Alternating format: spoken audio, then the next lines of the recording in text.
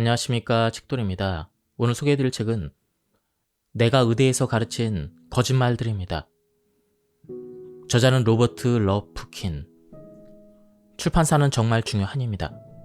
저자 소개를 간단하게 하겠습니다. 로버트 러프킨, 대사건강 및 잔수 전문가로 사람들이 더 오래도록 즐기면서 살 수 있도록 돕고 있는 의학 박사이다.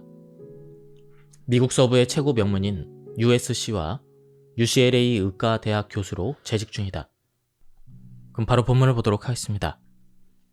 먼저 제이슨 펀 박사의 추천사입니다. 모세와 예수, 부처, 힌두교의 가르침이 입을 모아 말하는 건 건강한 삶을 위한 단식의 필요성이다. 또한 우리는 생활 습관과 대사, 이러한 문제들이 암과 제2형 당뇨병, 비만의 주요한 역할을 한다고 생각합니다. 이들 질병을 다스리려면 식생활을 고쳐야 합니다. 약을 먹는 것보다 낫습니다. 제가 비만 코드에서 설명했듯 비만은 열량 불균형으로 생기는 질환이 아닙니다. 호르몬 불균형 문제입니다. 1칼로리는 1칼로리다. 이 말을 곱씹어보죠. 정말로 음식에서 열량 에너지를 섭취하는 것만이 중요할까요? 올리브유와 설탕이 담긴 열량은 서로 완전히 다른 대사 반응을 일으킵니다. 측정하기도 쉽습니다. 설탕은 혈당을 늘리고 췌장의 인슐린을 더 많이 만들도록 자극합니다. 하지만 올리브유는 이 두 가지 작용하고 상관이 없습니다. 비만을 이해하고 치료하는 열쇠는 호르몬 반응에 있습니다. 단순히 덜 먹고 더 운동한다고 해서 살이 빠지는 건 아니죠. 러프킨 박사와 저는 성장인자, 특히 인슐린이 이들 만성병을 그 뿌리부터 크게 좌우한다는 데 의견이 일치하며 이 부분을 가장 눈여겨봅니다. 그럼 본격적으로 프롤로그를 보도록 하겠습니다. 탄수화물은 인슐린을 강하게 자극한다. 단백질은 얼마간 자극한다. 지방은 거의 자극하지 않는다. 탄수화물에서 나온 열량이 단백질 열량보다 인슐린을 더 많이 나오게 자극하고 단백질에서 나온 열량이 지방 열량보다 인슐린을 더 끌어낸다. 이 모든 열량이 똑같이 체중 증가에 영향을 미치는 것은 아닙니다. 체중 감소가 단지 칼로리의 숫자를 줄이는 문제는 아닌 이유가 그래서입니다. 체중을 감량하는 과정에서 가장 중요한 건 섭취한 칼로리가 아닙니다. 인슐린 수치에 영향을 주고 또 우리 몸의 에너지를 지방으로 바꿔서 저장하도록 지시하는 열량의 유형입니다. 이런 진실을 목장 주인들은 알고 있습니다. 가축을 살찌우려면 그냥 정제된 탄수화물만 다량으로 먹이면 됩니다. 그러면 인슐린이 커져서 에너지를 지방으로 저장합니다. 가축에게 기름진 음식을 먹여봐야 똑같은 효과는 나타나지 않습니다. 우리 사회에서 비만이 증가하는 까닭은 무엇일까요? 체중을 줄이고 비만을 예방하려면 더 많이 운동하고 더 적게 먹으라는 것이 통념이자 의학적인 조언입니다. 무엇을 먹느냐는 중요하지 않고 단지 몇 칼로리냐만 문제라는 얘기입니다. 그래서 비만은 일종의 의지박약 문제로도 치부됩니다. 개인적인 충동을 다스리지 못해 그렇게 됐다는 식이죠. 1977년 과학자들이 발표한 미국을 위한 식생활 지침에 따르면 빵이나 시리얼, 쌀이나 파스타류, 이러한 탄수화물을 기본적으로 섭취하고 지방이나 기름을 피하라고 권고하고 있습니다. 이러한 권고를 충실히 따른 많은 미국인들은 지방을 탄수화물로 바꿔 섭취하는 바람에 열량을 신진대사로 태우지 않고 지방으로 저장했습니다. 지방에서 나오는 칼로리 숫자는 줄고 탄수화물에서 나오는 칼로리 숫자는 늘었습니다. 지방 열량이 탄수화물 열량으로 대체되면서 바빠진 인슐린이 줄기차게 지방을 저장하라고 메시지를 보냈습니다. 그 결과 우리 몸에 지방이 쌓였습니다. 식단에서 지방을 내쫓고 탄수화물을 환영한 바로 그 시점에 비만율은 치솟았고 그 뒤로는 내려오지 않았습니다. 왜 비만이 생기고 어떻게 그것을 막을 것인가를 그런 문제를 놓고 의료계는 진짜 이유를 오롯이 인정하지 않았습니다. 그러는 동안 상황은 점점 더 나빠지고 사람들은 죽어갔습니다. 제1형 당뇨병이 일반적이었지만 이후에 다른 유형인 제2형 당뇨병으로 대세가 기울었습니다. 현재는 제2형 당뇨병이 전체 당뇨병의 90%를 웃돌고 있습니다. 제2형 당뇨병은 음식물로 섭취한 탄수화물이 인슐린을 자극해서 생깁니다. 인슐린 수치가 만성적으로 높으면 우리 몸은 인슐린 저항성을 띠게 됩니다. 세포가 평상시에 양의 인슐린에는 무덤덤해집니다. 그래서 이미 인슐린 수치가 높은데도 더 높이라고 요구합니다. 그러다 보면 인슐린 저항성은 더 강해집니다. 그렇게 악순환에 들어갑니다. 당뇨병의 거짓말은 제2형 당뇨병을 치료하는 가장 좋은 방법이 인슐린이라고 단언합니다.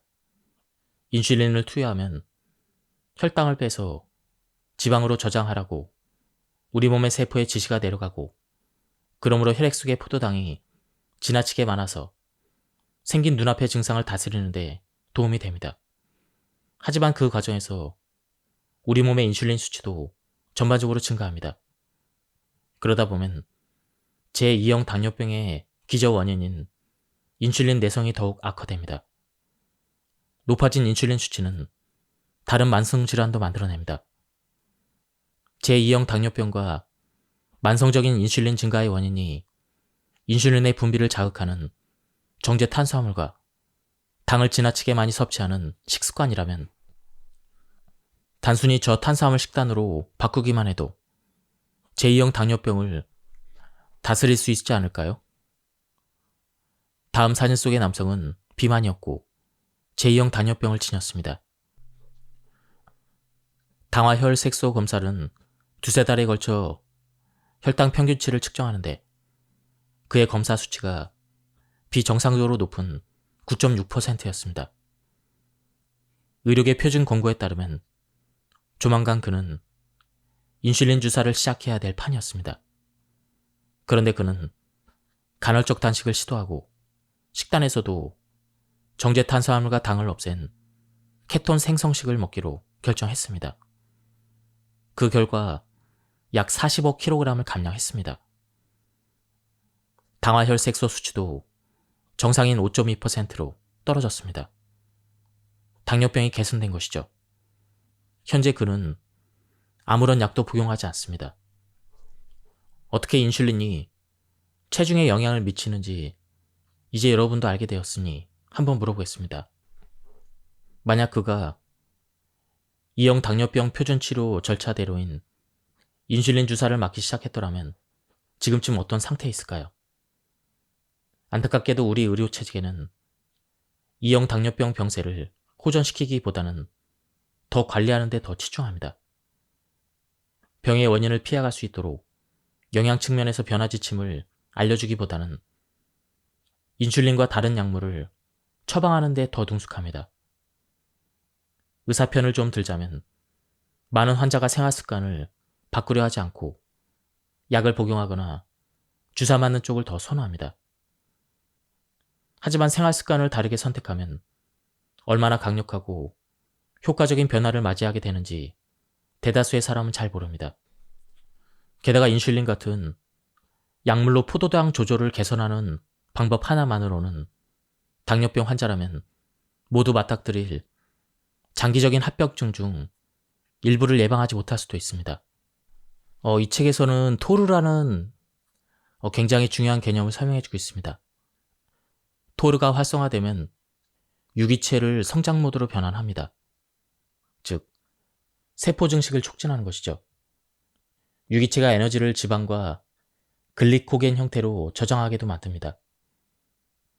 더불어 포도당을 대사하고 보호 목적으로 염증을 키우며 동화 과정을 돕기도 합니다. 이때는 정비 기능이 멈춥니다. 만약에 단식을 해서 이러한 영양소가 없는 상태를 인식하게 되면 이 토르가 비활성화됩니다. 즉, 토르가 꺼집니다.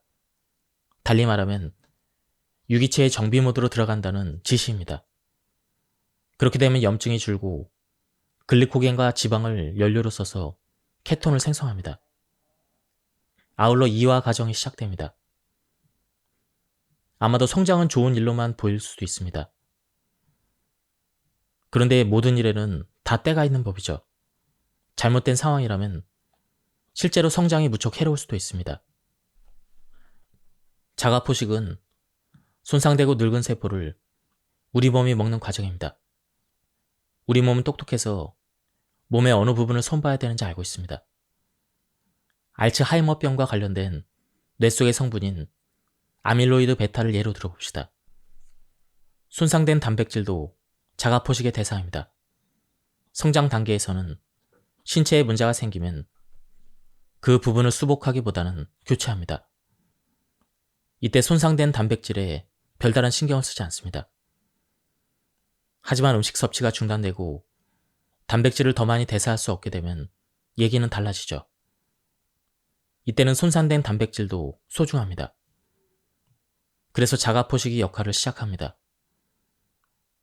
여유분을 나중에 쓰려고 먹어치우는 절약 모드에 돌입합니다. 우리 몸은 성장 모드와 정비 모드로 언제 전환될지 결정해야만 합니다. 성장할 수 있는 상황에서 몸이 자가포식을 고집하고 낡은 세포를 소비하면 쓸 수 있는 자원을 낭비하게 되죠. 먹을 수 있는 음식을 대거 남기는 셈이죠. 이와 반대로 영양소가 충분하지 않은 상황에서 몸이 웬일인지 성장을 고집하면 어떻게 될까요? 꼭 필요하지 않은 활동에 한정된 영양 자원을 끌어다 쓰기 때문에 영양이 고갈됩니다. 현대인의 식단은 도루 스위치가 계속 성장 모드에 가 있게 만듭니다. 그렇다 보니 노화와 노쇠가 제대로 억눌리지 않고 통제불능 상태로 튀어나와 버립니다. 음식을 둘러싼 문제는 우리가 먹는 음식에 엄청난 양만이 아니죠. 무엇을 먹느냐도 관건입니다. 고탄수화물 식품은 토르를 활성화하는 데 제격입니다. 기능이 떨어진 세포를 치워버리고 손상된 세포를 고치려면 이화작용이 필요합니다. 이때 우리 몸은 줄기차게 만들어서 쌓은 동화작용 상태에 있습니다. 과거에는 궁핍한 기간에 먹을거리가 없어서 공복인 상태에서 대사 스위치가 꺼졌습니다. 그렇게 해서 몸 스스로 수복과 자가포식에 나서도록 했죠. 하지만 요즘은 어떻습니까? 삼시세끼를 다 못 먹는 사람은 40년 전에도 거의 없었습니다. 궁핍한 시절은 과거 사입니다. 그러니까 내 말은 적어도 선진국에서는 그랬다는 뜻이죠. 일부 전문가는 도르가 성장 모드에 가 있는 상태가 어린아이에게는 좋다고 믿습니다. 어쨌거나 아이들은 자라는 중이니까요. 하지만 어린 시절이 끝나면 무언가가 달라집니다.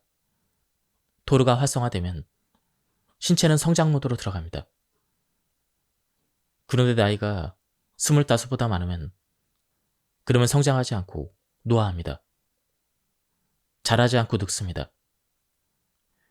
앞으로 이 책에서 다루는 질병은 다 본질적으로 노화성 질환입니다.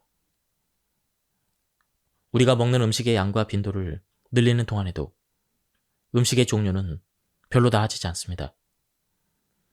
나를 포함해서 전 세계에 많은 이들이 심장 질환을 예방하려고 식단에서 지방을 탄수화물로 대체했는데 이때부터는 X증후군이라는 새로운 집합적 증상이 나타나기 시작했습니다. 스탠퍼드 의대의 제너럴 리븐 박사가 이 증상을 처음으로 포착했습니다. 그는 인슐린 저항성이 존재한다고 최초로 주장한 이들 중 한 명입니다.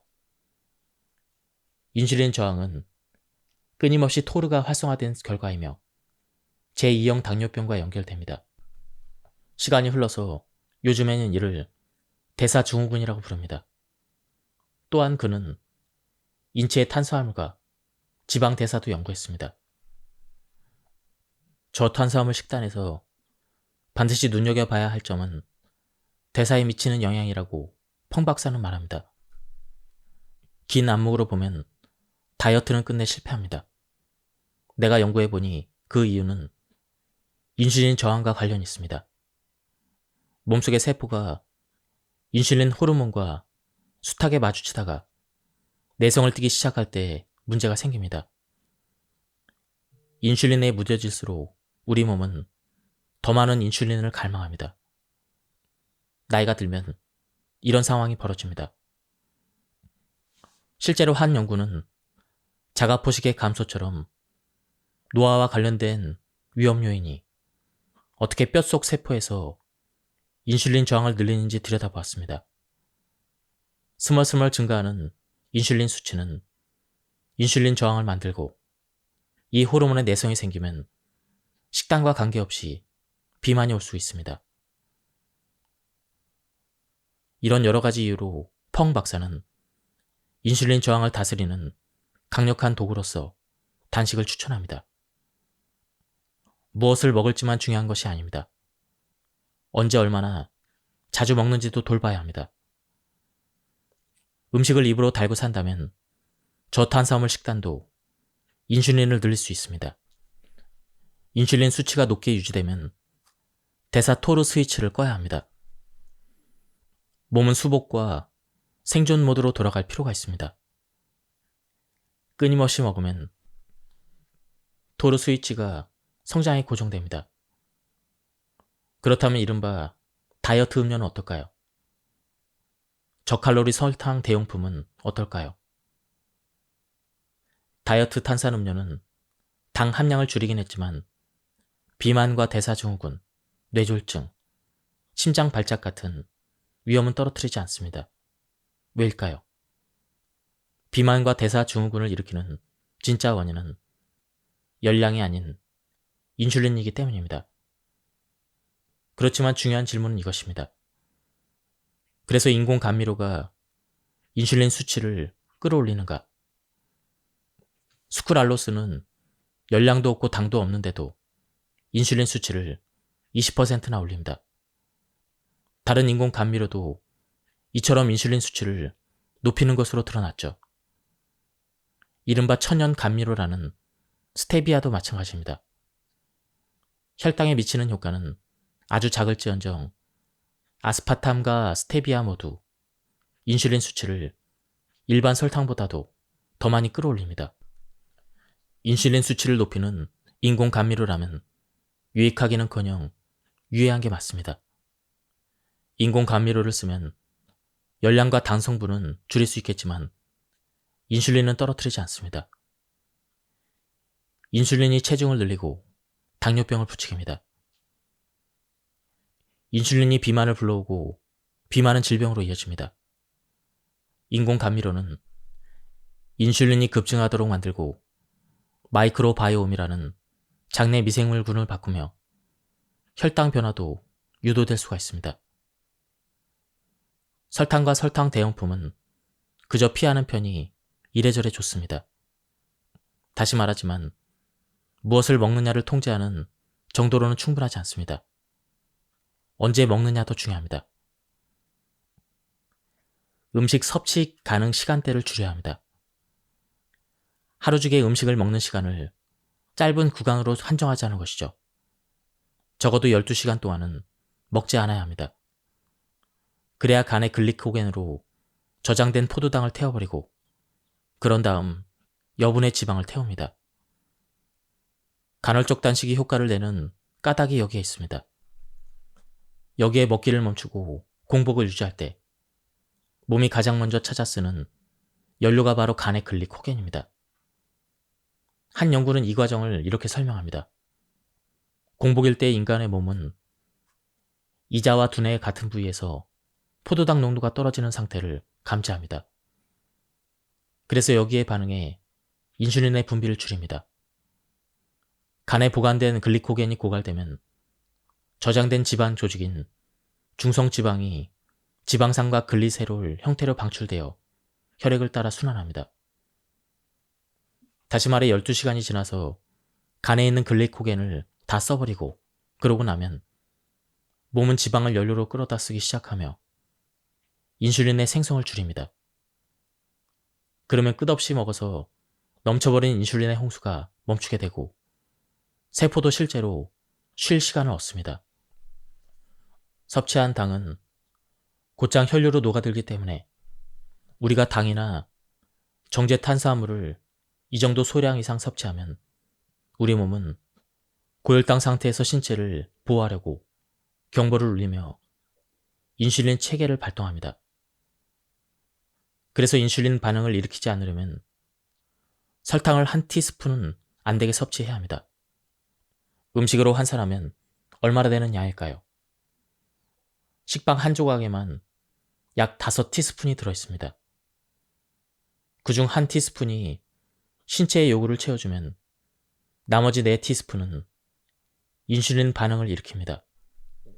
고혈당증이 길어지는 사태를 막으려면 혈액에서 과잉된 포도당을 제거해야 합니다. 다음은 고혈압에 대한 부분입니다. 뚜렷하게 혈압이 높으면 약을 복용해서 혈압을 안전한 수치로 낮춰야 합니다. 이때 약물은 유용하고 또 필요합니다. 여기에서 요점은 장기간의 조절입니다. 평생 혈압약을 복용할 마음을 먹기 전에 다른 방식으로 교정할 수는 없는지 따져봐야 합니다. 혈압약 복용량을 줄일 수 있을지도 모릅니다. 아예 약이 필요 없게 될 수도 있습니다. 나도 고혈압이 생겼습니다. 그때 내가 받은 권고는 다소 막연했습니다.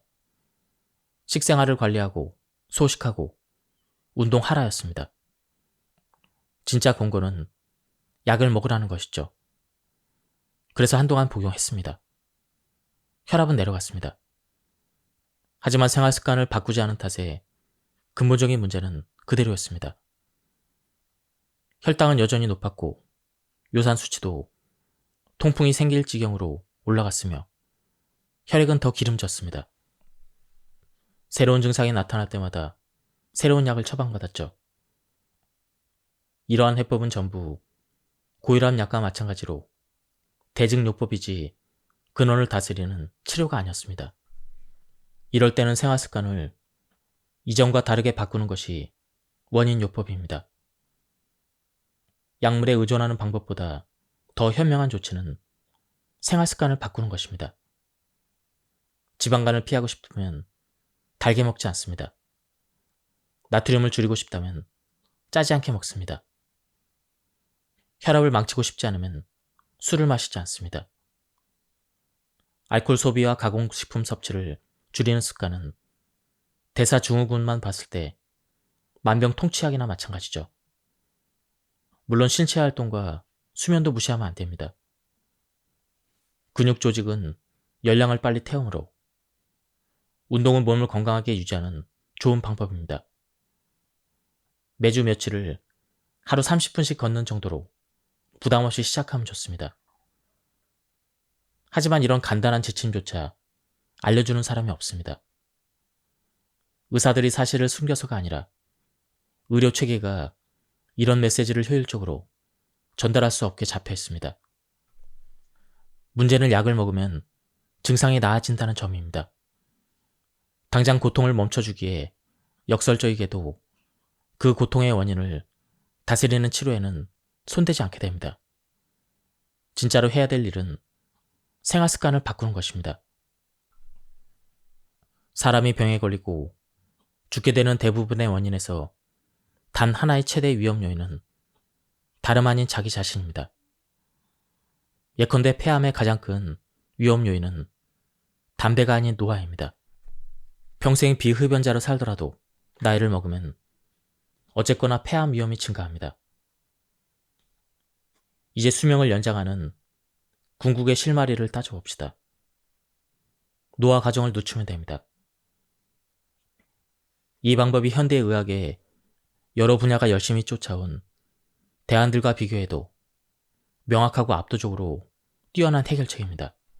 드디어 노화에 대한 부분입니다. 인생의 초년인 25세 무렵까지는 토론은 건강한 성장을 이끕니다. 이후에도 여전한 성장을 끌고 가지만 그때는 크는 것이 아니라 늙는 것이죠. 인슐린과 성장인자, 영양소가 토르 경로를 활성화합니다. 이 경로는 생산되는 단백질과 생성하는 세포 더미를 늘리고 지방을 저장합니다. 또한 신체가 오래되고 낡은 세포를 파괴하는 자가 포식을 하지 않도록 억제합니다.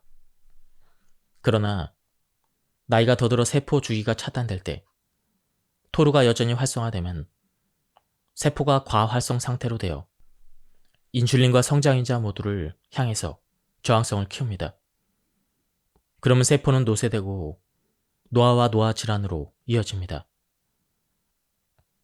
신진대사가 노화의 보편적인 요인이라면 토르는 어떨까요? 토르는 노화의 보편적인 요인, 곧 대사활동을 촉진합니다.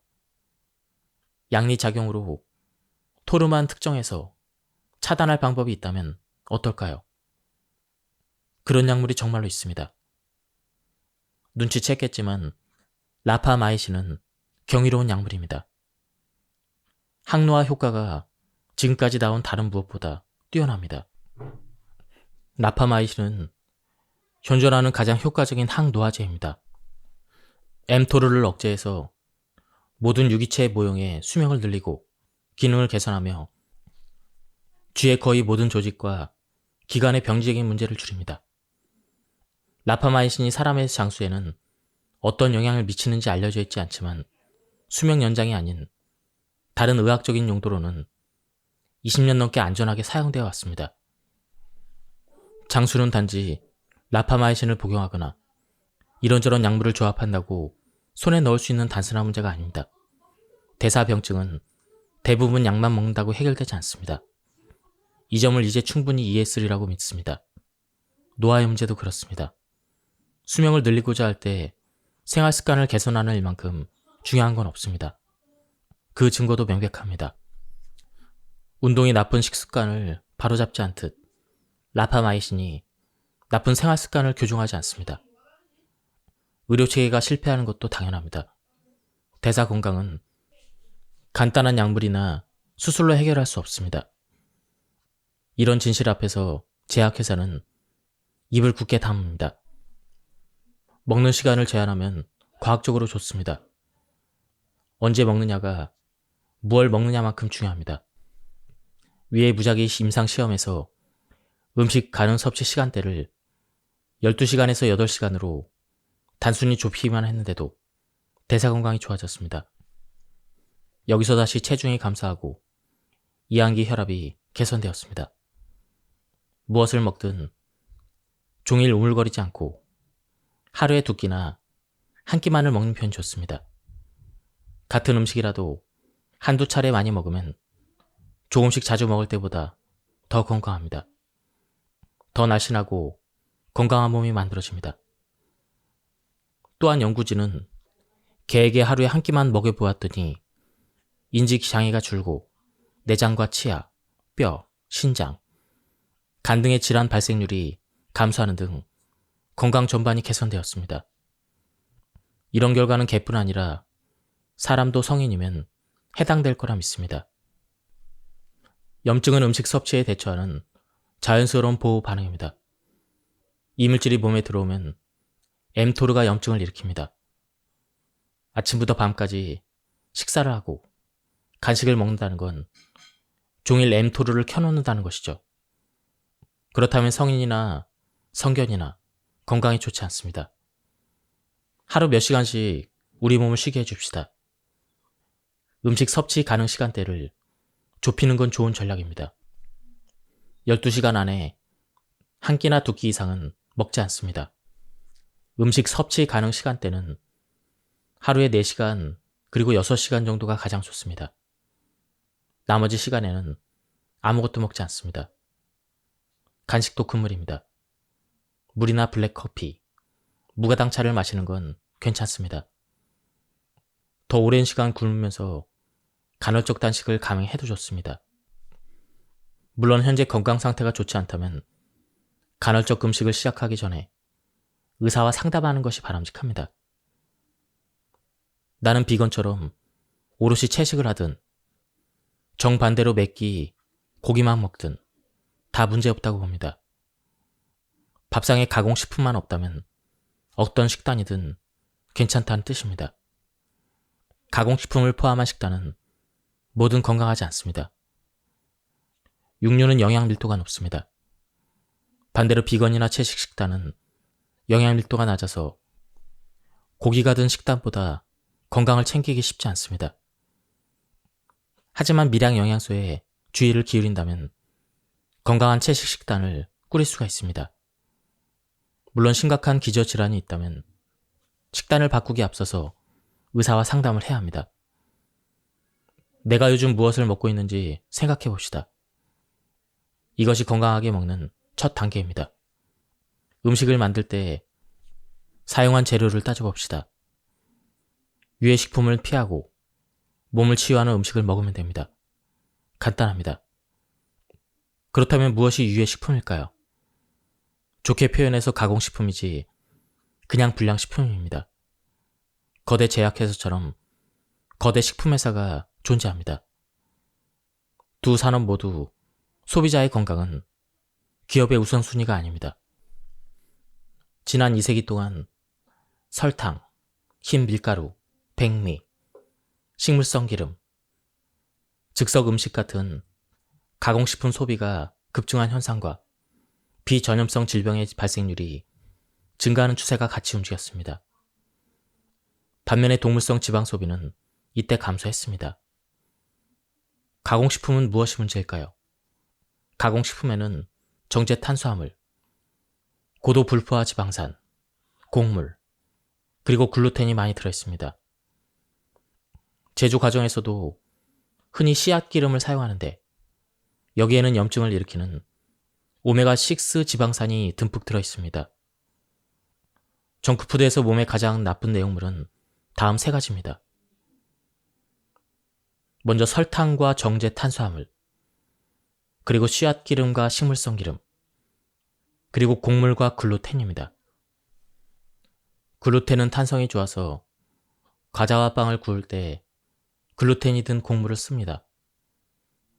이런 음식이 오늘날 식단에서 큰 비중을 차지합니다. 이런 단백질을 소화관에 있는 효소들이 분해하는데 어려움을 겪습니다. 단백질이 불완전하게 소화되면 단백질을 구성하는 커다란 아미노산 덩어리인 펩타이드가 수장벽을 통과해서 신체의 다른 곳으로 들어갈 수가 있습니다.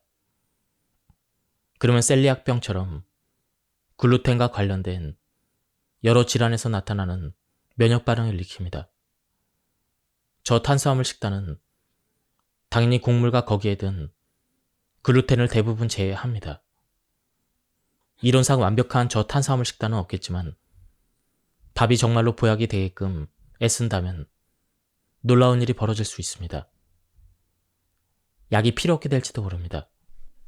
얼마나 먹어야 할까요?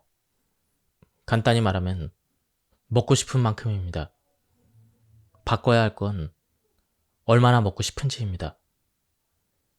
가공식품과 정크푸드에 가득 든 정제 탄수화물, 씨앗기름, 곡물을 섭취하지 않고 피해야 합니다. 더불어 음식 가능 섭취 시간대를 좁히고 이 책에서 제안하는 다른 조언도 잘 따른다면 여러분의 몸은 아마도 케톤증 상태로 바뀔 것입니다. 이때 식욕과 함께 조절되는 흥미로운 효과가 찾아옵니다. 정제 탄수화물로 과도하게 식욕을 자극하지 않아서 식욕이 정상으로 돌아간다는 뜻입니다. 한 끼 식사를 마치면 그걸로 만족하게 됩니다. 빨리 시작할수록 좋습니다. 언제 시작해도 이르지 않습니다. 마찬가지로 생활습관을 교정해서 건강을 개선하고 수명을 늘리기에 너무 늦은 시점도 없습니다. 생활습관을 바꾸기는 어렵습니다. 먹기 싫은 다이어트 식단을 먹으면서 살을 빼지 맙시다. 오늘 차린 밥상을 평생 그대로 이어가는 것입니다. 영양에 관한 이야기를 끝내기 전에 몇 가지 덧붙일 말이 있습니다. 영양 관리를 시작하는 가장 좋은 방법을 한 가지 꼽자면 바로 칼로리를 마시지 않는 것입니다. 오렌지와 사과 같은 과일을 통째로 알맞게 먹으면 몸에 좋다는 건 누구나 아는 사실입니다. 이런 오렌지나 사과를 건강하지 않게 만드는 방법을 혹시 아십니까? 그것은 믹서에 갈고 마시는 것입니다. 생과일에서는 두 종류의 섬유질이 있습니다. 물에 잘 녹는 섬유질과 그렇지 않은 불용성 섬유질입니다. 이 두 가지 섬유질이 소장에서 함께 보호장벽을 형성해 몸이 당을 포함한 영양소를 흡수하는 비율을 낮춥니다. 그렇게 해서 엄청나게 많은 당이 간에 밀어닥쳐 지방으로 바뀌는 일이 없게 합니다. 과일을 믹서에 넣고 피레로 갈면 불용성 섬유질이 칼날에 갈기갈기 갈립니다. 불용성 섬유질 없이 가용성 섬유질만으로는 당의 흡수를 늦추는 장벽을 형성할 수 없습니다. 과일을 주스로 마시면 통째로 먹을 때보다 인슐린 반응이 대단히 커지기 때문에 올라간 혈당 수치가 뚝 떨어질 수도 있습니다. 그렇다면 다이어트 음료는 어떨지 궁금할 것입니다. 저당이라느니 저칼로리라느니 광고에도 여전히 인슐린을 자극합니다. 체내에 많은 지방을 저장해서 비만이 되는 원인은 열량 자체보다는 인슐린 자극 때문입니다. 다이어트 음료는 체중 조절에 도움을 주지 않습니다. 건강한 선택이 아닙니다. 마시지 않는 것이 정답입니다. 다이어트 음료는 그저 많은 가공식품과 정크푸드 중 하나일 뿐입니다. 나는 사탕과 빵, 가공식품을 좋아합니다. 하지만 그보다 더 가족을 사랑하고 가족과 함께 오래 살고 싶습니다. 나는 살짝 과체중입니다. 고혈압과 당뇨가 있고 혈중 지질 상태가 꽤 안 좋았으며 통풍을 앓았습니다. 기꺼운 마음으로 내 건강과 가족을 생각해서 설탕과 가공 탄수화물, 씨앗기름, 곡물을 피합니다. 아침과 점심은 거릅니다. 이런 식단을 시작하고 몇 주가 흘렀는데 일어서려니 머리가 핑 돌았습니다. 정제 탄수화물을 줄인 식단을 실천하는 환자에게 이런 일은 드물지 않습니다. 특히 혈압 강화제를 복용하면 그렇습니다. 이런 증상이 나타나면 대개는 혈압이 정상 범위로 돌아오고 있다는 뜻입니다. 나는 주치의와 상의하고 혈압약 복용을 중단했습니다. 이후로 혈압은 정상을 유지합니다. 혈중 지질 상태도 나아졌습니다. 인슐린 내성도 해소됐습니다. 정상 범위로 돌아온 결과가 공복 인슐린, 포도당, 이 수치로 확인되었습니다. 주치의가 권해준 당뇨병 약도 끊을 수 있게 되었습니다. 통풍도 해결되어 이젠 소변 검사 수치가 정상 범위에 있습니다. 꾸준히 복용하던 약물을 끊는 이런 새로운 현상을 이른바 탈처방이라고 합니다. 독자 여러분도 우리가 제시하는 건강 설계 계획을 실천해서 대사 건강을 회복한다면 약을 처방받으러 다시 병원에 갔을 때 이번에는 의사의 탈처방을 기대해도 좋을 것입니다. 나는 생활 습관을 바꾸는 비교적 손쉬운 방식으로 내가 안고 살았던 병을 물리쳤습니다. 지금까지 이 책에 대한 리뷰를 모두 마쳤습니다. 이 책은 굉장히 가독성이 좋았습니다. 이 책에서 말하는 핵심은 건강과 노화 예방을 위해서는 생활 습관을 바꾸는 것이 굉장히 중요하다는 것을 설명하고 있습니다.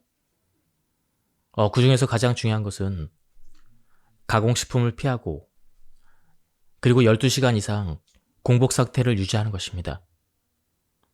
제가 발췌 요약해서 많은 부분이 생략되었습니다. 한번 책을 구해서 읽어보실 것을 추천드립니다. 여기서 리뷰를 마치도록 하겠습니다. 감사합니다. 안녕하십니까, 책돌입니다. 오늘 소개해드릴 책은 내가 의대에서 가르친 거짓말들입니다. 저자는 로버트 러프킨, 출판사는 정말 중요한입니다. 저자 소개를 간단하게 하겠습니다. 로버트 러프킨, 대사건강 및 잔수 전문가로 사람들이 더 오래도록 즐기면서 살 수 있도록 돕고 있는 의학 박사이다. 미국 서부의 최고 명문인 USC와 UCLA 의과대학 교수로 재직 중이다. 그럼 바로 본문을 보도록 하겠습니다. 먼저 제이슨 펀 박사의 추천사입니다. 모세와 예수, 부처, 힌두교의 가르침이 입을 모아 말하는 건 건강한 삶을 위한 단식의 필요성이다. 또한 우리는 생활 습관과 대사, 이러한 문제들이 암과 제2형 당뇨병, 비만의 주요한 역할을 한다고 생각합니다. 이들 질병을 다스리려면 식생활을 고쳐야 합니다. 약을 먹는 것보다 낫습니다. 제가 비만 코드에서 설명했듯 비만은 열량 불균형으로 생기는 질환이 아닙니다. 호르몬 불균형 문제입니다. 1칼로리는 1칼로리다. 이 말을 곱씹어보죠. 정말로 음식에서 열량 에너지를 섭취하는 것만이 중요할까요? 올리브유와 설탕이 담긴 열량은 서로 완전히 다른 대사 반응을 일으킵니다. 측정하기도 쉽습니다. 설탕은 혈당을 늘리고 췌장의 인슐린을 더 많이 만들도록 자극합니다. 하지만 올리브유는 이 두 가지 작용하고 상관이 없습니다. 비만을 이해하고 치료하는 열쇠는 호르몬 반응에 있습니다. 단순히 덜 먹고 더 운동한다고 해서 살이 빠지는 건 아니죠. 러프킨 박사와 저는 성장인자, 특히 인슐린이 이들 만성병을 그 뿌리부터 크게 좌우한다는 데 의견이 일치하며 이 부분을 가장 눈여겨봅니다. 그럼 본격적으로 프롤로그를 보도록 하겠습니다. 탄수화물은 인슐린을 강하게 자극한다. 단백질은 얼마간 자극한다. 지방은 거의 자극하지 않는다. 탄수화물에서 나온 열량이 단백질 열량보다 인슐린을 더 많이 나오게 자극하고 단백질에서 나온 열량이 지방 열량보다 인슐린을 더 끌어낸다. 이 모든 열량이 똑같이 체중 증가에 영향을 미치는 것은 아닙니다. 체중 감소가 단지 칼로리의 숫자를 줄이는 문제는 아닌 이유가 그래서입니다. 체중을 감량하는 과정에서 가장 중요한 건 섭취한 칼로리가 아닙니다. 인슐린 수치에 영향을 주고 또 우리 몸의 에너지를 지방으로 바꿔서 저장하도록 지시하는 열량의 유형입니다. 이런 진실을 목장 주인들은 알고 있습니다. 가축을 살찌우려면 그냥 정제된 탄수화물만 다량으로 먹이면 됩니다. 그러면 인슐린이 커져서 에너지를 지방으로 저장합니다. 가축에게 기름진 음식을 먹여봐야 똑같은 효과는 나타나지 않습니다. 우리 사회에서 비만이 증가하는 까닭은 무엇일까요? 체중을 줄이고 비만을 예방하려면 더 많이 운동하고 더 적게 먹으라는 것이 통념이자 의학적인 조언입니다. 무엇을 먹느냐는 중요하지 않고 단지 몇 칼로리냐만 문제라는 얘기입니다. 그래서 비만은 일종의 의지박약 문제로도 치부됩니다. 개인적인 충동을 다스리지 못해 그렇게 됐다는 식이죠. 1977년 과학자들이 발표한 미국을 위한 식생활 지침에 따르면 빵이나 시리얼, 쌀이나 파스타류, 이러한 탄수화물을 기본적으로 섭취하고 지방이나 기름을 피하라고 권고하고 있습니다. 이러한 권고를 충실히 따른 많은 미국인들은 지방을 탄수화물로 바꿔 섭취하는 바람에 열량을 신진대사로 태우지 않고 지방으로 저장했습니다.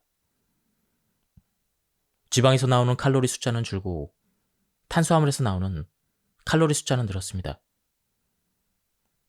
지방 열량이 탄수화물 열량으로 대체되면서 바빠진 인슐린이 줄기차게 지방을 저장하라고 메시지를 보냈습니다.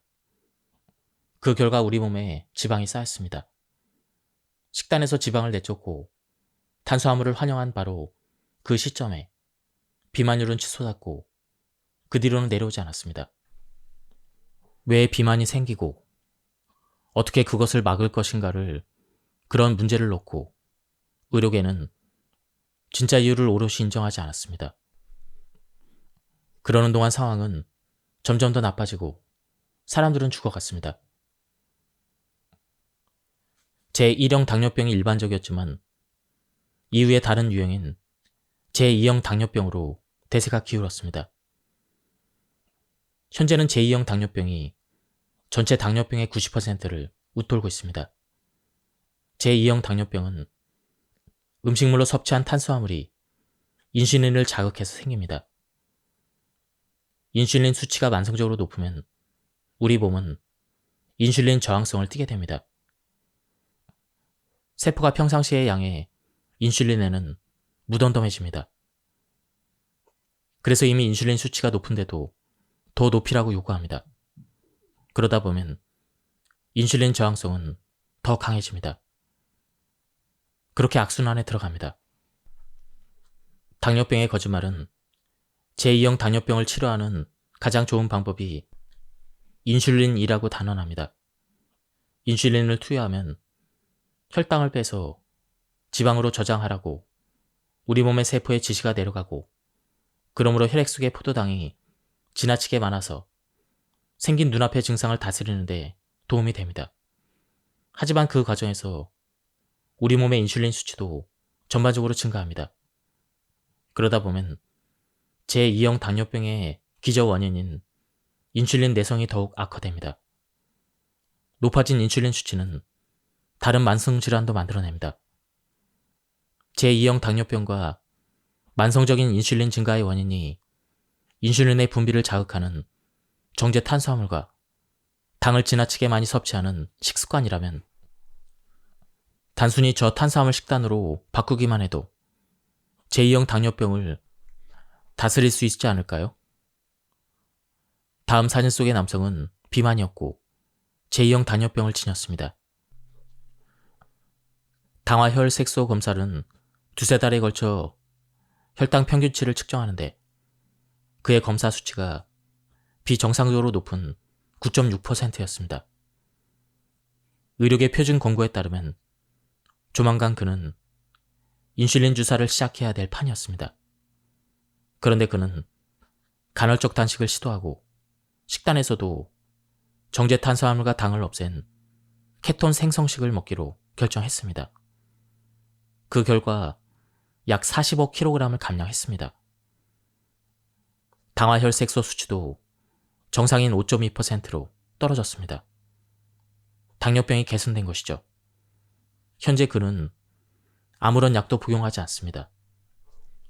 어떻게 인슐린이 체중에 영향을 미치는지 이제 여러분도 알게 되었으니 한번 물어보겠습니다. 만약 그가 2형 당뇨병 표준 치료 절차대로인 인슐린 주사를 맞기 시작했더라면 지금쯤 어떤 상태에 있을까요?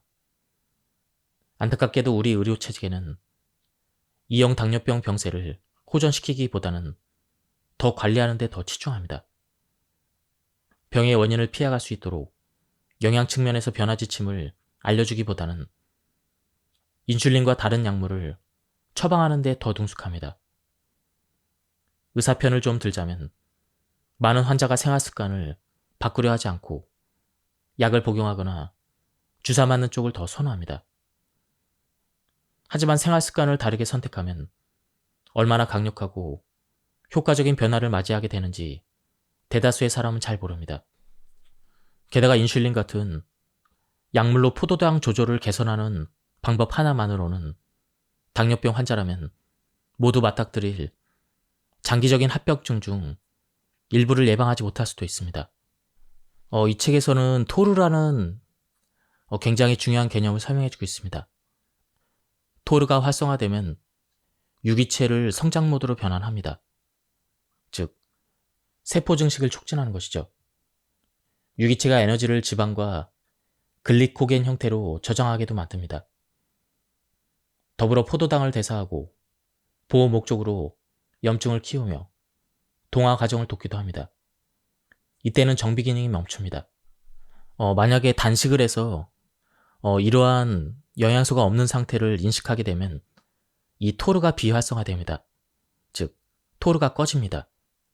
달리 말하면 유기체의 정비 모드로 들어간다는 지시입니다. 그렇게 되면 염증이 줄고 글리코겐과 지방을 연료로 써서 케톤을 생성합니다. 아울러 이화 과정이 시작됩니다. 아마도 성장은 좋은 일로만 보일 수도 있습니다. 그런데 모든 일에는 다 때가 있는 법이죠. 잘못된 상황이라면 실제로 성장이 무척 해로울 수도 있습니다. 자가포식은 손상되고 늙은 세포를 우리 몸이 먹는 과정입니다. 우리 몸은 똑똑해서 몸의 어느 부분을 손봐야 되는지 알고 있습니다. 알츠하이머병과 관련된 뇌 속의 성분인 아밀로이드 베타를 예로 들어봅시다. 손상된 단백질도 자가포식의 대상입니다. 성장 단계에서는 신체에 문제가 생기면 그 부분을 수복하기보다는 교체합니다. 이때 손상된 단백질에 별다른 신경을 쓰지 않습니다. 하지만 음식 섭취가 중단되고 단백질을 더 많이 대사할 수 없게 되면 얘기는 달라지죠. 이때는 손상된 단백질도 소중합니다. 그래서 자가포식이 역할을 시작합니다. 여유분을 나중에 쓰려고 먹어치우는 절약 모드에 돌입합니다. 우리 몸은 성장 모드와 정비 모드로 언제 전환될지 결정해야만 합니다. 성장할 수 있는 상황에서 몸이 자가포식을 고집하고 낡은 세포를 소비하면 쓸 수 있는 자원을 낭비하게 되죠. 먹을 수 있는 음식을 대거 남기는 셈이죠. 이와 반대로 영양소가 충분하지 않은 상황에서 몸이 웬일인지 성장을 고집하면 어떻게 될까요? 꼭 필요하지 않은 활동에 한정된 영양 자원을 끌어다 쓰기 때문에 영양이 고갈됩니다. 현대인의 식단은 도루 스위치가 계속 성장 모드에 가 있게 만듭니다. 그렇다 보니 노화와 노쇠가 제대로 억눌리지 않고 통제불능 상태로 튀어나와 버립니다. 음식을 둘러싼 문제는 우리가 먹는 음식에 엄청난 양만이 아니죠. 무엇을 먹느냐도 관건입니다. 고탄수화물 식품은 토르를 활성화하는 데 제격입니다. 기능이 떨어진 세포를 치워버리고 손상된 세포를 고치려면 이화작용이 필요합니다. 이때 우리 몸은 줄기차게 만들어서 쌓은 동화작용 상태에 있습니다. 과거에는 궁핍한 기간에 먹을 거리가 없어서 공복인 상태에서 대사 스위치가 꺼졌습니다. 그렇게 해서 몸 스스로 수복과 자가포식에 나서도록 했죠. 하지만 요즘은 어떻습니까? 삼시세끼를 다 못 먹는 사람은 40년 전에도 거의 없었습니다. 궁핍한 시절은 과거 사입니다. 그러니까 내 말은 적어도 선진국에서는 그랬다는 뜻이죠. 일부 전문가는 도루가 성장 모드에 가 있는 상태가 어린아이에게는 좋다고 믿습니다. 어쨌거나 아이들은 자라는 중이니까요. 하지만 어린 시절이 끝나면 무언가가 달라집니다. 도루가 활성화되면 신체는 성장 모드로 들어갑니다. 그런데 나이가 25보다 많으면 그러면 성장하지 않고 노화합니다. 자라지 않고 늙습니다. 앞으로 이 책에서 다루는 질병은 다 본질적으로 노화성 질환입니다. 우리가 먹는 음식의 양과 빈도를 늘리는 동안에도 음식의 종류는 별로 나아지지 않습니다. 나를 포함해서 전 세계에 많은 이들이 심장 질환을 예방하려고 식단에서 지방을 탄수화물로 대체했는데 이때부터는 X증후군이라는 새로운 집합적 증상이 나타나기 시작했습니다. 스탠퍼드 의대의 제너럴 리븐 박사가 이 증상을 처음으로 포착했습니다. 그는 인슐린 저항성이 존재한다고 최초로 주장한 이들 중 한 명입니다. 인슐린 저항은 끊임없이 토르가 활성화된 결과이며 제2형 당뇨병과 연결됩니다. 시간이 흘러서 요즘에는 이를 대사증후군이라고 부릅니다. 또한 그는 인체의 탄수화물과 지방 대사도 연구했습니다. 저탄수화물 식단에서 반드시 눈여겨봐야 할 점은 대사에 미치는 영향이라고 펑 박사는 말합니다. 긴 안목으로 보면 다이어트는 끝내 실패합니다. 내가 연구해보니 그 이유는 인슐린 저항과 관련이 있습니다. 몸속의 세포가 인슐린 호르몬과 숱하게 마주치다가 내성을 띠기 시작할 때 문제가 생깁니다. 인슐린에 무뎌질수록 우리 몸은 더 많은 인슐린을 갈망합니다. 나이가 들면 이런 상황이 벌어집니다. 실제로 한 연구는 자가포식의 감소처럼 노화와 관련된 위험 요인이 어떻게 뼛속 세포에서 인슐린 저항을 늘리는지 들여다보았습니다. 스멀스멀 증가하는 인슐린 수치는 인슐린 저항을 만들고 이 호르몬의 내성이 생기면 식단과 관계없이 비만이 올 수 있습니다. 이런 여러 가지 이유로 펑 박사는 인슐린 저항을 다스리는 강력한 도구로서 단식을 추천합니다. 무엇을 먹을지만 중요한 것이 아닙니다. 언제 얼마나 자주 먹는지도 돌봐야 합니다. 음식을 입으로 달고 산다면 저탄수화물 식단도 인슐린을 늘릴 수 있습니다. 인슐린 수치가 높게 유지되면 대사 토르 스위치를 꺼야 합니다. 몸은 수복과 생존 모드로 돌아갈 필요가 있습니다. 끊임없이 먹으면 토르 스위치가 성장이 고정됩니다. 그렇다면 이른바 다이어트 음료는 어떨까요? 저칼로리 설탕 대용품은 어떨까요? 다이어트 탄산음료는 당 함량을 줄이긴 했지만 비만과 대사증후군, 뇌졸중, 심장 발작 같은 위험은 떨어뜨리지 않습니다. 왜일까요? 비만과 대사증후군을 일으키는 진짜 원인은 열량이 아닌 인슐린이기 때문입니다. 그렇지만 중요한 질문은 이것입니다. 그래서 인공 감미료가 인슐린 수치를 끌어올리는가? 수크랄로스는 열량도 없고 당도 없는데도 인슐린 수치를 20%나 올립니다. 다른 인공 감미료도 이처럼 인슐린 수치를 높이는 것으로 드러났죠. 이른바 천연 감미료라는 스테비아도 마찬가지입니다. 혈당에 미치는 효과는 아주 작을지언정 아스파탐과 스테비아 모두 인슐린 수치를 일반 설탕보다도 더 많이 끌어올립니다. 인슐린 수치를 높이는 인공 감미료라면 유익하기는커녕 유해한 게 맞습니다. 인공 감미료를 쓰면 열량과 당 성분은 줄일 수 있겠지만 인슐린은 떨어뜨리지 않습니다. 인슐린이 체중을 늘리고 당뇨병을 부추깁니다. 인슐린이 비만을 불러오고 비만은 질병으로 이어집니다. 인공 감미료는 인슐린이 급증하도록 만들고 마이크로바이옴이라는 장내 미생물군을 바꾸며 혈당 변화도 유도될 수가 있습니다. 설탕과 설탕 대용품은 그저 피하는 편이 이래저래 좋습니다. 다시 말하지만 무엇을 먹느냐를 통제하는 정도로는 충분하지 않습니다. 언제 먹느냐도 중요합니다. 음식 섭취 가능 시간대를 줄여야 합니다. 하루 중에 음식을 먹는 시간을 짧은 구간으로 한정하자는 것이죠. 적어도 12시간 동안은 먹지 않아야 합니다. 그래야 간의 글리코겐으로 저장된 포도당을 태워버리고 그런 다음 여분의 지방을 태웁니다. 간헐적 단식이 효과를 내는 까닭이 여기에 있습니다. 여기에 먹기를 멈추고 공복을 유지할 때 몸이 가장 먼저 찾아 쓰는 연료가 바로 간의 글리코겐입니다. 한 연구는 이 과정을 이렇게 설명합니다. 공복일 때 인간의 몸은 이자와 두뇌의 같은 부위에서 포도당 농도가 떨어지는 상태를 감지합니다. 그래서 여기에 반응해 인슐린의 분비를 줄입니다. 간에 보관된 글리코겐이 고갈되면 저장된 지방 조직인 중성지방이 지방산과 글리세롤 형태로 방출되어 혈액을 따라 순환합니다.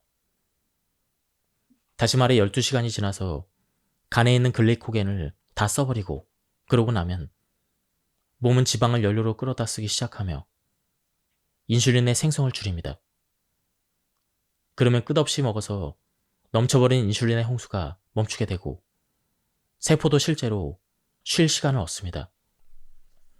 섭취한 당은 곧장 혈류로 녹아들기 때문에 우리가 당이나 정제 탄수화물을 이 정도 소량 이상 섭취하면 우리 몸은 고혈당 상태에서 신체를 보호하려고 경보를 울리며 인슐린 체계를 발동합니다. 그래서 인슐린 반응을 일으키지 않으려면 설탕을 한 티스푼은 안 되게 섭취해야 합니다. 음식으로 환산하면 얼마나 되는 양일까요? 식빵 한 조각에만 약 5티스푼이 들어있습니다. 그중 한 티스푼이 신체의 요구를 채워주면 나머지 4티스푼은 인슐린 반응을 일으킵니다. 고혈당증이 길어지는 사태를 막으려면 혈액에서 과잉된 포도당을 제거해야 합니다. 다음은 고혈압에 대한 부분입니다. 뚜렷하게 혈압이 높으면 약을 복용해서 혈압을 안전한 수치로 낮춰야 합니다. 이때 약물은 유용하고 또 필요합니다. 여기에서 요점은 장기간의 조절입니다. 평생 혈압약을 복용할 마음을 먹기 전에 다른 방식으로 교정할 수는 없는지 따져봐야 합니다. 혈압약 복용량을 줄일 수 있을지도 모릅니다. 아예 약이 필요 없게 될 수도 있습니다. 나도 고혈압이 생겼습니다.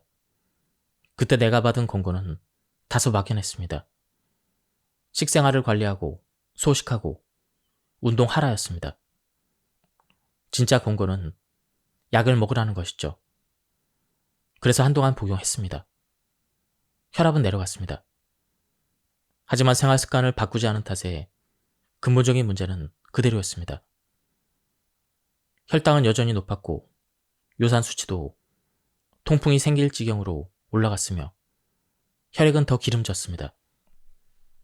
새로운 증상이 나타날 때마다 새로운 약을 처방받았죠. 이러한 해법은 전부 고혈압 약과 마찬가지로 대증요법이지 근원을 다스리는 치료가 아니었습니다. 이럴 때는 생활 습관을 이전과 다르게 바꾸는 것이 원인요법입니다. 약물에 의존하는 방법보다 더 현명한 조치는 생활 습관을 바꾸는 것입니다. 지방간을 피하고 싶으면 달게 먹지 않습니다. 나트륨을 줄이고 싶다면 짜지 않게 먹습니다. 혈압을 망치고 싶지 않으면 술을 마시지 않습니다. 알코올 소비와 가공식품 섭취를 줄이는 습관은 대사증후군만 봤을 때 만병통치약이나 마찬가지죠. 물론 신체 활동과 수면도 무시하면 안 됩니다. 근육 조직은 열량을 빨리 태우므로 운동은 몸을 건강하게 유지하는 좋은 방법입니다. 매주 며칠을 하루 30분씩 걷는 정도로 부담 없이 시작하면 좋습니다.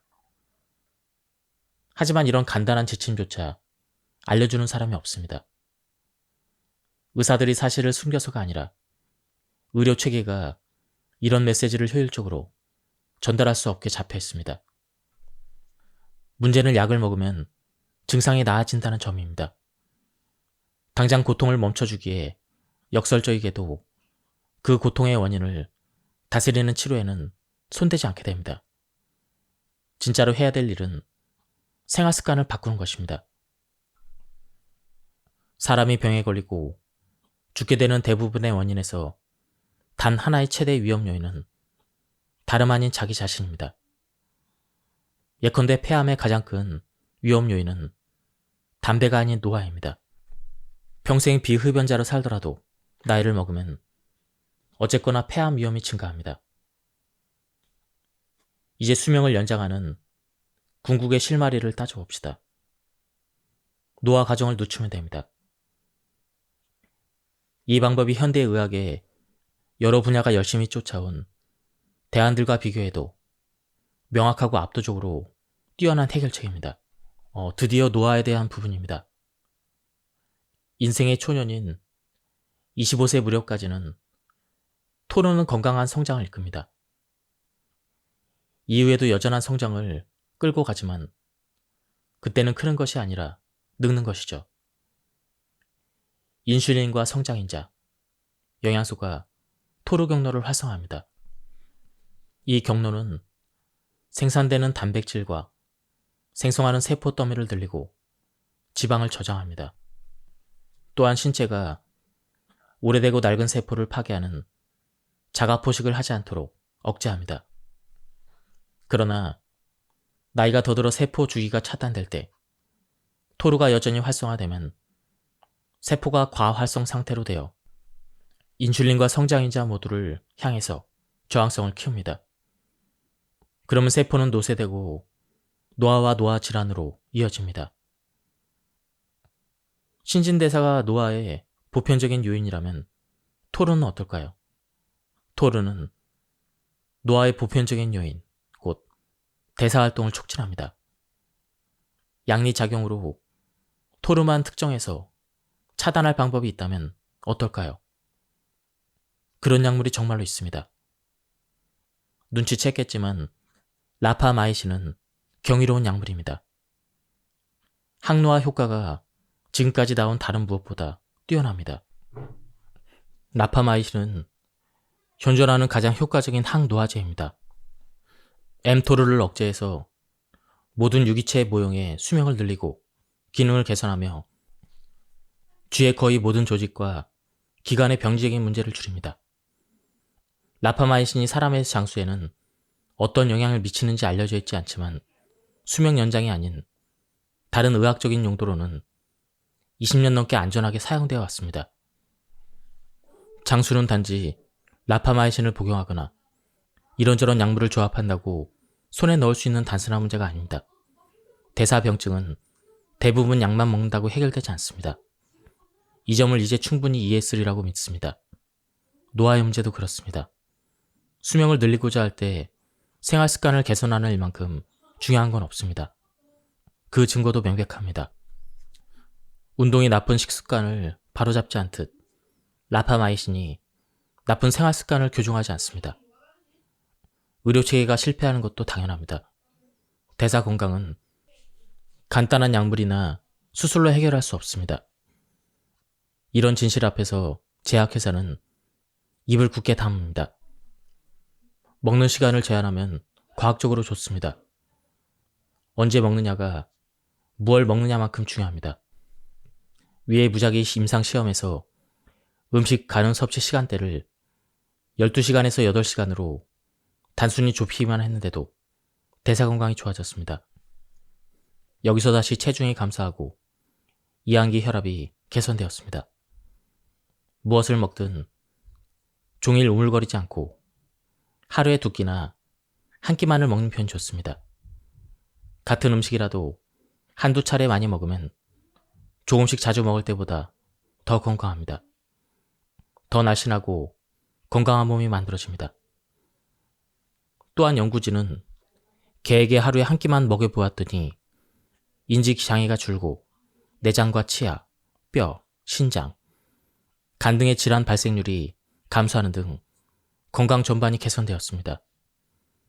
이런 결과는 개뿐 아니라 사람도 성인이면 해당될 거라 믿습니다. 염증은 음식 섭취에 대처하는 자연스러운 보호 반응입니다. 이물질이 몸에 들어오면 mTOR가 염증을 일으킵니다. 아침부터 밤까지 식사를 하고 간식을 먹는다는 건 종일 mTOR를 켜놓는다는 것이죠. 그렇다면 성인이나 성견이나 건강에 좋지 않습니다. 하루 몇 시간씩 우리 몸을 쉬게 해줍시다. 음식 섭취 가능 시간대를 좁히는 건 좋은 전략입니다. 12시간 안에 한 끼나 2끼 이상은 먹지 않습니다. 음식 섭취 가능 시간대는 하루에 4시간 그리고 6시간 정도가 가장 좋습니다. 나머지 시간에는 아무것도 먹지 않습니다. 간식도 금물입니다. 물이나 블랙커피, 무가당 차를 마시는 건 괜찮습니다. 더 오랜 시간 굶으면서 간헐적 단식을 감행해도 좋습니다. 물론 현재 건강 상태가 좋지 않다면 간헐적 금식을 시작하기 전에 의사와 상담하는 것이 바람직합니다. 나는 비건처럼 오롯이 채식을 하든 정반대로 매끼 고기만 먹든 다 문제없다고 봅니다. 밥상에 가공식품만 없다면 어떤 식단이든 괜찮다는 뜻입니다. 가공식품을 포함한 식단은 뭐든 건강하지 않습니다. 육류는 영양 밀도가 높습니다. 반대로 비건이나 채식 식단은 영양 밀도가 낮아서 고기가 든 식단보다 건강을 챙기기 쉽지 않습니다. 하지만 미량 영양소에 주의를 기울인다면 건강한 채식 식단을 꾸릴 수가 있습니다. 물론 심각한 기저질환이 있다면 식단을 바꾸기에 앞서서 의사와 상담을 해야 합니다. 내가 요즘 무엇을 먹고 있는지 생각해 봅시다. 이것이 건강하게 먹는 첫 단계입니다. 음식을 만들 때 사용한 재료를 따져봅시다. 유해식품을 피하고 몸을 치유하는 음식을 먹으면 됩니다. 간단합니다. 그렇다면 무엇이 유해식품일까요? 좋게 표현해서 가공식품이지 그냥 불량식품입니다. 거대 제약회사처럼 거대 식품회사가 존재합니다. 두 산업 모두 소비자의 건강은 기업의 우선순위가 아닙니다. 지난 2세기 동안 설탕, 흰 밀가루, 백미, 식물성 기름, 즉석 음식 같은 가공식품 소비가 급증한 현상과 비전염성 질병의 발생률이 증가하는 추세가 같이 움직였습니다. 반면에 동물성 지방 소비는 이때 감소했습니다. 가공식품은 무엇이 문제일까요? 가공식품에는 정제 탄수화물, 고도 불포화 지방산, 곡물, 그리고 글루텐이 많이 들어있습니다. 제조 과정에서도 흔히 씨앗 기름을 사용하는데 여기에는 염증을 일으키는 오메가6 지방산이 듬뿍 들어있습니다. 정크푸드에서 몸에 가장 나쁜 내용물은 다음 세 가지입니다.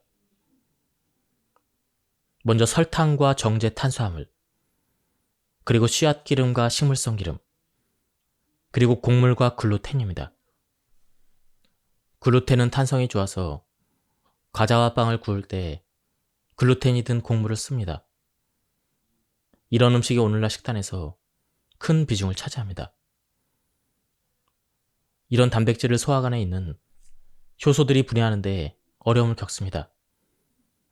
단백질이 불완전하게 소화되면 단백질을 구성하는 커다란 아미노산 덩어리인 펩타이드가 수장벽을 통과해서 신체의 다른 곳으로 들어갈 수가 있습니다.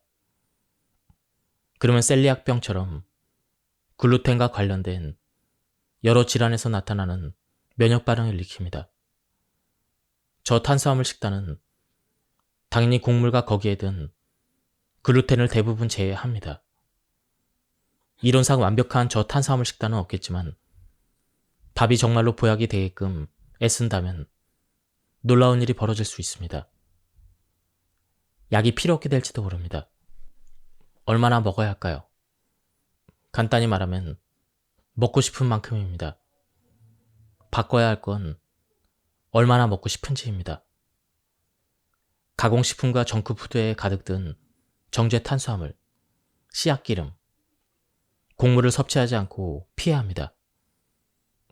더불어 음식 가능 섭취 시간대를 좁히고 이 책에서 제안하는 다른 조언도 잘 따른다면 여러분의 몸은 아마도 케톤증 상태로 바뀔 것입니다. 이때 식욕과 함께 조절되는 흥미로운 효과가 찾아옵니다. 정제 탄수화물로 과도하게 식욕을 자극하지 않아서 식욕이 정상으로 돌아간다는 뜻입니다. 한 끼 식사를 마치면 그걸로 만족하게 됩니다. 빨리 시작할수록 좋습니다. 언제 시작해도 이르지 않습니다. 마찬가지로 생활습관을 교정해서 건강을 개선하고 수명을 늘리기에 너무 늦은 시점도 없습니다. 생활습관을 바꾸기는 어렵습니다. 먹기 싫은 다이어트 식단을 먹으면서 살을 빼지 맙시다. 오늘 차린 밥상을 평생 그대로 이어가는 것입니다. 영양에 관한 이야기를 끝내기 전에 몇 가지 덧붙일 말이 있습니다. 영양 관리를 시작하는 가장 좋은 방법을 한 가지 꼽자면 바로 칼로리를 마시지 않는 것입니다. 오렌지와 사과 같은 과일을 통째로 알맞게 먹으면 몸에 좋다는 건 누구나 아는 사실입니다. 이런 오렌지나 사과를 건강하지 않게 만드는 방법을 혹시 아십니까? 그것은 믹서에 갈고 마시는 것입니다. 생과일에서는 두 종류의 섬유질이 있습니다. 물에 잘 녹는 섬유질과 그렇지 않은 불용성 섬유질입니다. 이 두 가지 섬유질이 소장에서 함께 보호 장벽을 형성해 몸이 당을 포함한 영양소를 흡수하는 비율을 낮춥니다. 그렇게 해서 엄청나게 많은 당이 간에 밀어닥쳐 지방으로 바뀌는 일이 없게 합니다. 과일을 믹서에 넣고 피레로 갈면 불용성 섬유질이 칼날에 갈기갈기 갈립니다. 불용성 섬유질 없이 가용성 섬유질만으로는 당의 흡수를 늦추는 장벽을 형성할 수 없습니다. 과일을 주스로 마시면 통째로 먹을 때보다 인슐린 반응이 대단히 커지기 때문에 올라간 혈당 수치가 뚝 떨어질 수도 있습니다. 그렇다면 다이어트 음료는 어떨지 궁금할 것입니다. 저당이라느니 저칼로리라느니 광고에도 여전히 인슐린을 자극합니다. 체내에 많은 지방을 저장해서 비만이 되는 원인은 열량 자체보다는 인슐린 자극 때문입니다. 다이어트 음료는 체중 조절에 도움을 주지 않습니다. 건강한 선택이 아닙니다. 마시지 않는 것이 정답입니다. 다이어트 음료는 그저 많은 가공식품과 정크푸드 중 하나일 뿐입니다. 나는 사탕과 빵, 가공식품을 좋아합니다. 하지만 그보다 더 가족을 사랑하고 가족과 함께 오래 살고 싶습니다. 나는 살짝 과체중입니다. 고혈압과 당뇨가 있고 혈중 지질 상태가 꽤 안 좋았으며 통풍을 앓았습니다. 기꺼운 마음으로 내 건강과 가족을 생각해서 설탕과 가공 탄수화물, 씨앗기름, 곡물을 피합니다. 아침과 점심은 거릅니다. 이런 식단을 시작하고 몇 주가 흘렀는데 일어서려니 머리가 핑 돌았습니다. 정제 탄수화물을 줄인 식단을 실천하는 환자에게 이런 일은 드물지 않습니다. 특히 혈압 강화제를 복용하면 그렇습니다. 이런 증상이 나타나면 대개는 혈압이 정상 범위로 돌아오고 있다는 뜻입니다. 나는 주치의와 상의하고 혈압약 복용을 중단했습니다. 이후로 혈압은 정상을 유지합니다. 혈중 지질 상태도 나아졌습니다. 인슐린 내성도 해소됐습니다. 정상 범위로 돌아온 결과가 공복 인슐린, 포도당, 이 수치로 확인되었습니다. 주치의가 권해준 당뇨병 약도 끊을 수 있게 되었습니다. 통풍도 해결되어 이젠 소변 검사 수치가 정상 범위에 있습니다. 꾸준히 복용하던 약물을 끊는 이런 새로운 현상을 이른바 탈처방이라고 합니다. 독자 여러분도 우리가 제시하는 건강설계 계획을 실천해서 대사 건강을 회복한다면 약을 처방받으러 다시 병원에 갔을 때 이번에는 의사의 탈처방을 기대해도 좋을 것입니다. 나는 생활습관을 바꾸는 비교적 손쉬운 방식으로 내가 안고 살았던 병을 물리쳤습니다. 지금까지 이 책에 대한 리뷰를 모두 마쳤습니다. 이 책은 굉장히 가독성이 좋았습니다. 이 책에서 말하는 핵심은 건강과 노화 예방을 위해서는 생활습관을 바꾸는 것이 굉장히 중요하다는 것을 설명하고 있습니다. 그 중에서 가장 중요한 것은 가공식품을 피하고 그리고 12시간 이상 공복 상태를 유지하는 것입니다. 제가 발췌 요약해서 많은 부분이 생략되었습니다. 한번 책을 구해서 읽어보실 것을 추천드립니다. 여기서 리뷰를 마치도록 하겠습니다. 감사합니다.